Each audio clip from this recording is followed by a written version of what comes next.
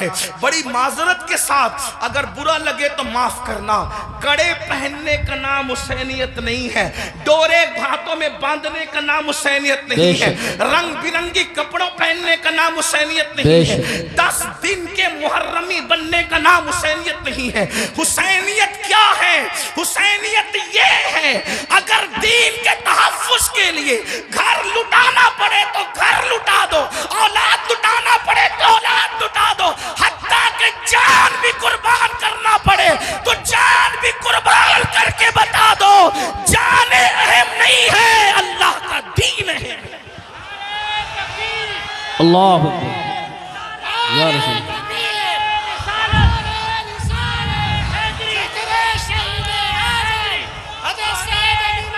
بڑی معذرت کے ساتھ کچھ لوگوں نے حسینیت کو بہت سستا کر دیا۔ اگر ڈوڑے کڑے اور کلر کے کپڑوں کا نام حسینیت ہوتا یا چند محفلوں کا نام حسینیت ہوتا پھر تو پوری دنیا حسینیت کی طرف آ جاتی۔ حسینیت اتنی آسان تو نہیں ہے نا۔ اس دور میں بھی 22,000 کا لشکر الگ کھڑا ہے اور 72 نفوس الگ کھڑے ہیں۔ اس سے پتا چلا حسینیت آسان نہیں ہے۔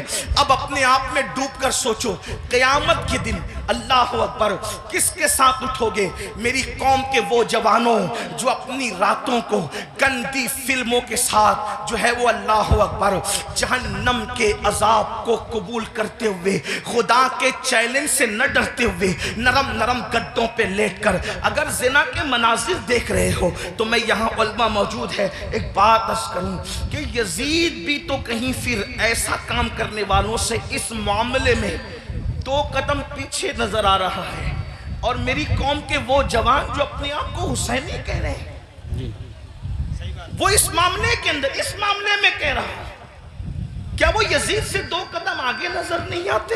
اللہ بتاؤ تو صحیح، شہزادہ رسول سے محبت کا دعویٰ، اور کوئی مسلمان یہ تصور کر سکتا ہے کہ وہ زنا کے اڈے پہ جائے؟